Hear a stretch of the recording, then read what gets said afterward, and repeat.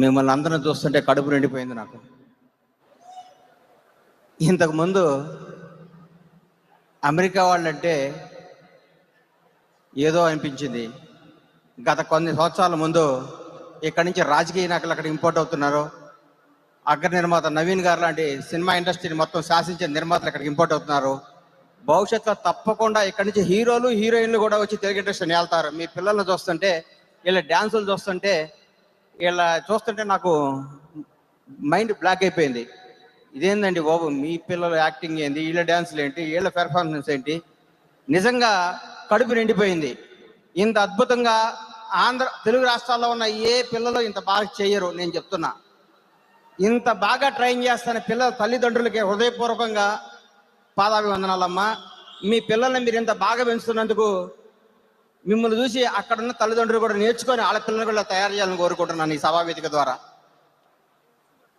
America వస్తుంటే, ఎందుకు America వెళ్తున్నారా, వాళ్ళు ఎక్కడో మన దేశం వదిలిపెట్టి వెళ్ళిపోయిన వాళ్ళ దగ్గరికి ఎందుకు వెళ్తున్నావు అన్నారు.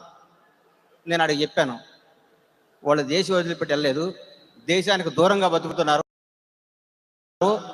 దేశ సరిహద్దులో ఉన్న సైనికులు దేశానికి రక్షణగా ఎంత గొప్పవాళ్ళో, దేశం విడిచి వెళ్ళిపోయి దూర ప్రాంతాల్లో ఉండి దేశ సంపదకు తోడ్పడతారు అమెరికా ప్రజలు కూడా అంత గొప్పవాళ్ళు అని చెప్పాను.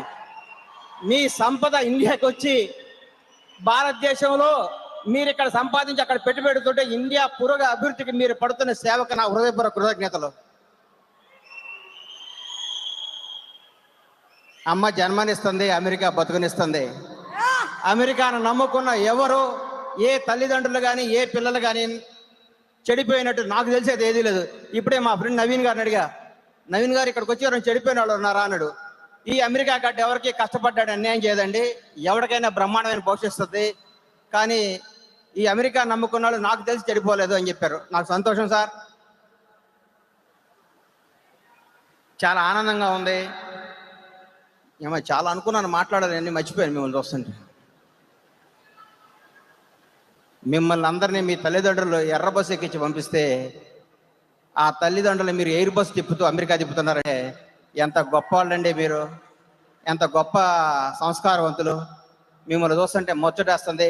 ఈ ఒక తానా సంస్థ 50 సంవత్సరాల నుంచి ఒక సంస్థని ఇంట్లో మెయింటైన్ చేయటువంటిది మామూలు విషయం కాదు. తానాన్ని మెయింటైన్ చేస్తున్న పెద్దలు, మిత్రులు గంగాధర్ గారు, జయరామన్న, నా ఆత్మీయుడు, నా ప్రాణ స్నేహితుడు, ఈ తానా గురించి ఎప్పుడు 24 గంటలు అనుక్షణం తానాని శ్రమించే నా ప్రాణ సతీష్ వేమన్ గారికి ఈ సందర్భంగా, ఈ తానా కోసం కష్టపడే అందరూ, ఉదయ్ కుమార్ చేపలమడికి కానీ తెలిసిన వాళ్ళు తెలియని వాళ్ళు ప్రతి ఒక్కళ్ళకి, తానా కోసం పాటుపడ్డ ప్రతి ఒక్క సోదరి సోదరులందరికీ ఈ సందర్భంగా తెలుగు రాష్ట్రాల ప్రజల తరపున మీ అందరికీ హృదయపూర్వక కృతజ్ఞతలు తెలియజేస్తున్నాను. తానా గురించి, అమెరికా ప్రజల గురించి కొన్నిసార్లు చెప్పాలి.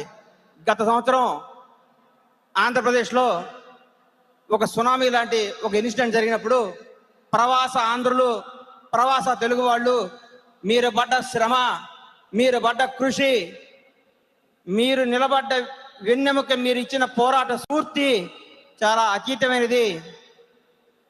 ఇక్కడ 60 రాష్ట్రాలు, 60 దేశాలు, 60 ఊళ్ళల్లో చంద్రబాబు నాయుడు గారు అరెస్ట్ అయినప్పుడు మీరు చూపించిన పట్టిమ చూస్తే ఒళ్ళు గగ్గర విడిచిపోయింది.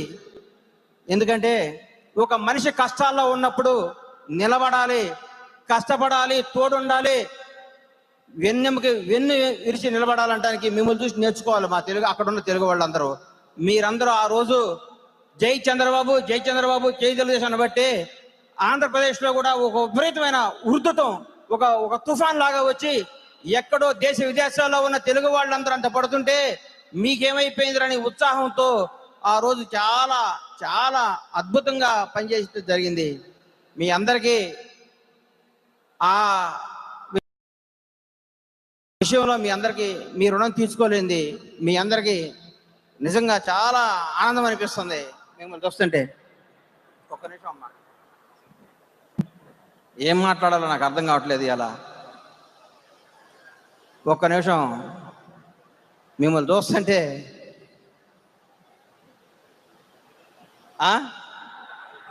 కళకళలాడిపోతున్నారు వాళ్ళందరూ కళకళలాడిపోతున్నారు.